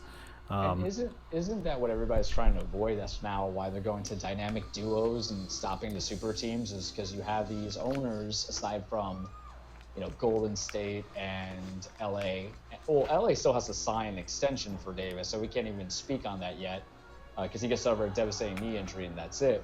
Yeah. And like Philadelphia, who want to spend this money on 3 or 4 guys. Just remember, the 76ers, it's Simmons, it's Embiid, it's Harris, and then Horford, which was a bad... I like Tobias Harris going there. I don't like Al Horford going for that amount of money, because he's going to relatively play as your 4? Yeah, I would say. Now, so let's go cheap. Let's run the gambit, man. Jimmy, Goran, Deion Waiters is healthy, so for what that's worth, he's gonna take bad shots. But he's healthy. He's probably gonna be in better shape by this point. I wouldn't mind seeing another season of Deion, especially if he can even come close to what he did half season that he did with the Heat before he got injured in 2017. He helped yield him back into a 41-41 record, right? Best you can do. Yeah. And then, maybe we see... I don't think Harrow is going to get a lot of playing time. Well, he's just going to be a specialist, and I don't think... And remember, Summer League. So not really much to gauge on. And here's the thing about Justice. Because was it last year? Was it Trae Young looked like the worst player in the world? And then he shot up. Exactly. But here's the thing about Justice. If he doesn't pan out for some reason, right, we can trade him because somebody will at least want that skill set, because he's a tweener of a 2 and a 3. Right. He's too kind to be a 4, so you don't necessarily go for it. But he has a relatively cheaper contract, because that's the great thing about the NBA market. Guys that you want to trade away a couple years ago, you only have to wait 1 or 2 years so the market resets their price, and they're like, that's not a bad contract. That's why we traded Josh Richardson. We're like, hey, this is a good contract to get rid of. Even Whiteside, years we want him out, but someone was willing to say, hey, for 1 year at $25 million, I'll take that. Yeah. Justice, Yeah, he's got a good contract, and I think, look, he's going to be a great defensive player, so he's going to be valuable regardless of where he goes. Even if he's not going to be a starter, the Heat tried that. They tried him at point guard, which yielded some pretty interesting results. But even then, what was the odds that Vegas had on the Heat? I think it was like a 42 or 43 win season right now. So it's not that great of a projection even with Jimmy Butler right now. So let me ask you a better question, and this can apply to all sports really. If you know you're going to be in the middle of the hunt, and what you said with Jimmy last week, his ceiling, assuming all people are healthy, their ceiling might be third or fourth seed, right? Yeah. If you're going to be in this situation where you're not going to be hunt because of how stacked the Western Conference is that going to be something that deters you to just play the practical hand and not go for these exorbitant contracts and just hope that either people age out or, a better free agent crop comes out? Well, I mean, that's the hope that I have the Heat. I hope the Heat are going to take in consideration because the 2021 class is supposedly going to be good. So I'm taking the long view, like, okay, the Heat can kind of maybe be a very surprisingly all right team. Maybe have like I would say replicate what the Clippers did last season, where weren't projected to be that good, surprisingly had a really good season, and then make the playoffs with a pretty good core of players that just needed a superstar to get in there. Lo and behold, they get I don't know if you could call Paul George a superstar, but one superstar. Yeah, superstar for sure. You would say superstar, top 10 player? Oh yeah, he's not like the Ben Simmons thing where you're saying, hey, I'm questionable at this guy, but you just gave him max money. This was a guy who. But okay, so let's say, a complete player, that's for sure. They have a complete player, him and Kawhi both, especially defensively. Dear Lord, So, what was my point again? Where was I going with this? Clippers being strong. Okay, I would say that the Heat should do something like that where, okay, a team with Jimmy Butler looks like they could compete in the Eastern Conference. Maybe if they get past the first round, especially if they can kind of drop in at the maybe fifth seed or so, and give the fourth seed some trouble, get to a game 7 in the first round, or make it to the second round. And it'd be really enticing, especially for maybe get a disgruntled player along the way. Look, of course, there's still the rumors about Bradley Beal, who does want to come to Miami, and really, if you're going to trade for anybody, I'd do that over Chris Paul. Yeah, I mean, well, there's rumors about Washington want to say, hey, if you want him, you got to take John Wall's contract too. And nobody wants that. Even though I like John Wall, but it's the kind of the Ben Simmons effect. Wall can score, but Wall can't hit threes for his life depend on it. So if you're not an all-around player, I don't believe I should give you that max contract. To get that big money stuff, man, you got to be the jack of all trades. Good at least on everything that is requiring checkbox. Shooting from the perimeter, shooting from the three, shooting on the inside, playing decent defense. It's hard to say, hey, be a good defensive player in basketball because everybody's kind of a bad defensive player, especially with the way they do fouls and everything. But at least you got to do more. You got to be a little bit better. You got to be competitive. You got to not take time off either. Yeah, of course. I mean, look at was it someone like Carmelo? He's just not guys like that aren't even valuable anymore. Guys who are just Carmelo's just full up, straight up, just points, hanging on to the ball, just a black hole, and doesn't play defense.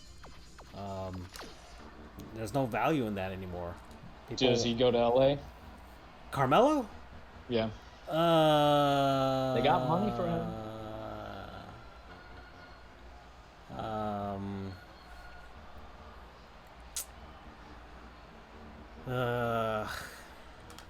I'm just trying to think of the after the scenario too.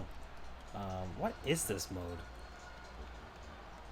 Am I literally just watching a scoreboard and I just choose? Okay, hit batter. Pitch around. Let me see what's going on here. What is this? Craig Counsell. You talk about player we remember forget. He's the manager of the Brewers, and they're doing all right. So, Yeah. and he Amazing. scored the winning run for the Marlins in '97, and started that rally against Mariano in 2001, right? Yes.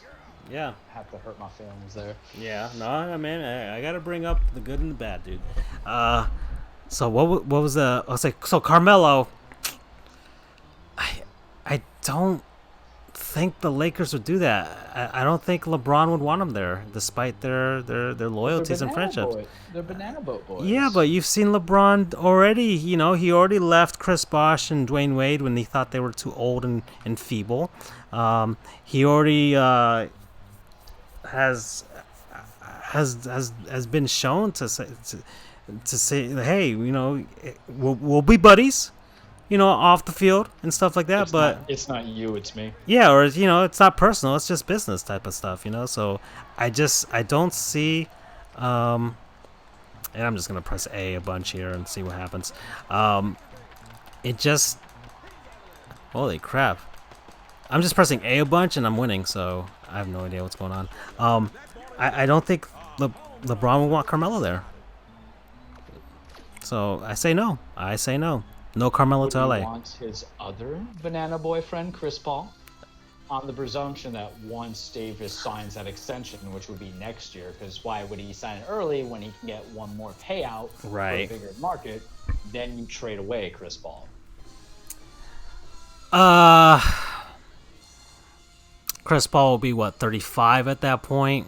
Yes. LeBron will be 35. Two different styles of play. Yeah.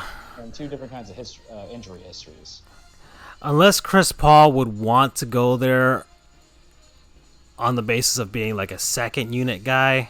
He wants a ring. I mean, I can't say the Lakers are ring potential, but it's an illusion. But it's an illusion they might want to chase. Yeah, I mean, he might be one of those a ring chasing guy. He doesn't care what the situation is, and he'll just. Well, speaking of, there's a situation mode here. I want to see what that's about. Okay, you can just kind of put any sort of scenario that you want, men on base, whatever, see if you can work your way out of it. So that's interesting. Let me try this World Baseball Classic thing again, because last time I tried to do something in it and nothing happened. So I guess I'll play as... How can I choose a... Oh, I see how this works. Okay. So I can just press A and do this. Sorry. Play. And I was trying to figure out how to do this before, and it's like, okay, so I can actually play as Team USA versus Canada. America. All right, so, even though I just let the computer do it, but whatever. What were you asking me again? Forgot. We got to Chris Paul being on the Lakers. Chris Paul being on the Lakers. I could see him being a ring chaser, especially at 35. Karl Malone it. Yeah, because that's kind of been the narrative against him. Like, he just can't seem to find a way to get it done, even though he's been in some pretty good scenarios with the Clippers and the Rockets. I guess riding the coattails and taking a seat back. And I think LeBron James would probably be one of the few guys that could stand to have him on his team. Yeah. Yeah, that would be it. Alrighty. Well, what other topics are there, dude? I think we hit everything. We're close to 9. Yeah, we talked. We survived another Andrew-less week, but we need him because I am like dead for you on hockey. I mean, yeah. I mean, there's some minor signings going on right now. All the major stuff is already out of the way for hockey, and hockey just doesn't have the same sizzle as NBA is right now. Everybody's just kind of okay. Everybody's signed. Everybody's gone to their teams. Right now, it's just some stragglers out there, and some AHL signings, some RFAs being signed. And that's, I mean, really the only significant thing was the Was it the offer sheet Sebastian Aho got from the Montreal Canadiens, and then the Carolina Hurricanes just matched it. So, Roger Clemens just hit this Canadian guy, in the ribs. So shots fired, and we're gonna have to build a wall up north now. To acknowledge BU, he says that College Hockey News, what is it? They're elevating to D1. I'm trying to read as we go. We're possibly looking at the accident in Alaska and the nukes in Alaska Anchorage seawalls by the end of the month. Oh, okay. So, let me actually. Okay, so I mean, I wish I followed college hockey a lot more strongly, so I could comment on it. To be honest, because college hockey's setup is a little different than NCAA football or basketball, really. So I'd have to become more well versed in that to speak on it. But outside of that, I think we've talked about everything, dude. It's almost 9 o'clock. And yeah, Team USA's facing Canada right now. So is that Johnny Damon? Dear Lord. I'm just looking at all these old names here. We have that material for players in the past. Oh yeah. I mean, there's this whole game. I could just do that segment. Really, we could just do that next week. It's like, hey, let's do an episode long. Players remember to forget, and just go through these old rosters and old lineups, especially this one, because anything past like 95, and I probably won't recognize a lot of players. But moving forward from there, there's a lot of players I probably would recognize. But all right, so I guess that's it. We'll call it from here. We'll call it. Oh gosh, their budget was crippled. Dear Lord, that's very sad. Sad note to end on. Oh, Alaska, get taxpayer dollars in there and see what happens. So, all right, guys, we'll see you guys next week. Adios. Alaska, learn to be better. Have a good night, everybody.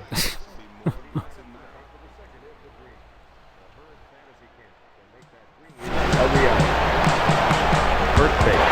Fastball swung and missed. He struck him out. One away. Well, they call this a BP fastball because it keeps the hitter off balance, and that's what this one does. But it can be effective at times. One out, nobody on. Swings and misses at that fastball. It's 0-1.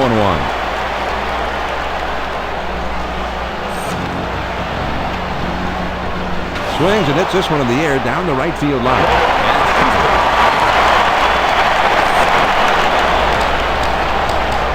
Swing and a fly ball to left center field. Crawford goes over and puts it away. 2 outs, nobody on. First pitch, here it comes. He swings and misses at the splitter, 0-1. He throws. Can't catch up that time. It's a swing and a miss. He's way ahead in the count. All the pressure falls on the hitter now. He's got to make contact.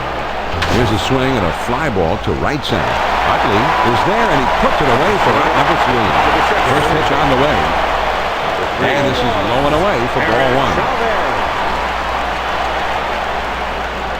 1. The 1-0 pitch. Laced foul to the right side. Here's the 1-1 pitch. The 1-1 pitch is a fastball swung on and missed. 1-2. The 1-2 pitch coming. Swings it, lines this one towards the hole, and that's into right field for a base hit. John, now they're really in business. A base hit with no one out. You've got to be disciplined. He's slowly in the ground, front forward, and foul. A check swing, but they're appealing it. Now the 1-1 pitch, here it is. Swing and a miss on a fastball, and it's 1-2. He delivers. And he swings and hits this one foul. Here's the 1-2 pitch on the way. Big swing and a miss on a fastball, and he struck him out. 1 away. 1 on, 1 out. First pitch, swing. First 5, then there's more hope because you see Odorizzi or Rosso twice. but also they have some long ball guys. And who happens to give up a lot of home runs now? The Yankees. Justin Verlander. Oh yeah. I mean, he's the guy who made the complaint about the juice balls. So listen, I'm already on the psychology of it. I wouldn't want to play Tampa because I think at the end of the season we'll split the series, even though we'll win, because Blake Snell and a couple other pitchers are that good, Chris Archer and all that. I think actually Chris Archer's out, but whoever they have in there. But yeah, in theory we were like the central guy, but we were like the central team in the ALCS. So it plays out. On the AL West, it just really depends on. You'd want if the all about seeding. The scenario, would be if somebody upset the Astros. So that's what you'd be hoping for, is someone to upset the Astros in order to not face them. And I find that very difficult because, you guys would have to, because if you win your division and have the best record in the American League, you'll face off against a wild card team. Wild card team most likely will probably be either Tampa or Boston. It could be actually Oakland. Oh yeah, that's true as well. But would you want? Because I would want Cleveland. Okay, so Cleveland completely, because they only have Carlos Santana. Because you don't want to face one of your division rivals because they've already seen you so many times. They probably would find a way to match up against you. Pretty much. So especially those two. So yeah, you'd want either Cleveland or Oakland to win that spot. I would love Oakland because Oakland has a bunch of no-name teams that are gritty, but they can't come back from being down by 2 runs. Right. And that's the game of the long ball. Mm-hmm. Because, if you go... I still don't see Houston being upset, though. That's the thing. I don't, but that's just the hope, is that they do. Barring them facing, let's say they face the wild card team, and it is somebody like the Red Sox who, has the experience, has won the champions, defending champions, and all that stuff. I could see them defeating Houston, but then you guys have to face them the following round. And if you face the Red Sox in the American League Championship Series, I will fucking cry. I would be the worst person. That's going to be a 7-game series. Yeah, and which we will lose because we break against the Red Sox. They've had our number in the last couple playoff meetings. We just can't complete it. 7-game series, or God forbid, you guys lose in 5. I don't want it because you know what's going to happen? Chris Sale is going to show up, and all their other pitchers they had are going to show up, and then everybody's going to freeze on us. And then this is the concern when you have a monster lineup, is that one good pitcher could just shut down that lineup. Oh yeah, especially now because Major League batting averages are down, but power is up. So teams are just relying more on the big giant hit, which is we are the personification of that. Exactly. So we traded for Edwin Carcion because we're like, you know what, screw it. We want you to be afraid of all 8 to 9 guys that we're doing. Right, but that you're gonna have a lot of strikeout batters. Frickin' Giancarlo alone. Judge as well. Judge, yeah, just strikeout batters, and a great pitcher's gonna mow them down.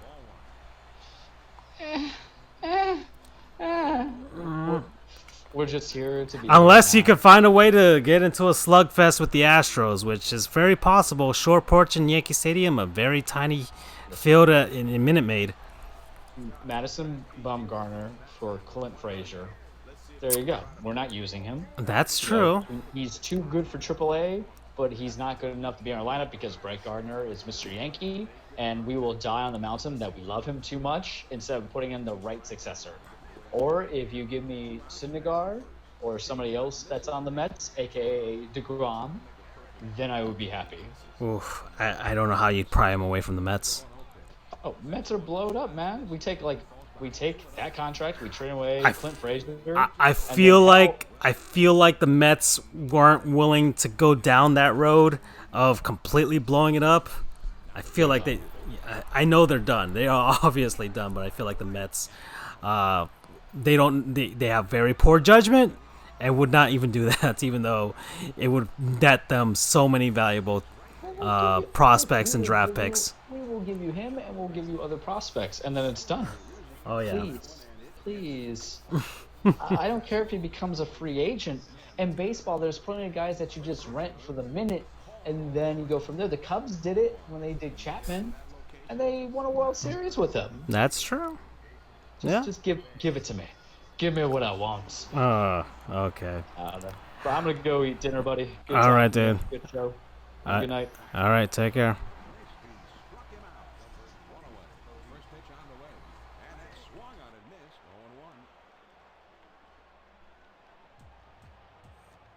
This one goes all the way back to the backstop, and that should allow the runner to advance.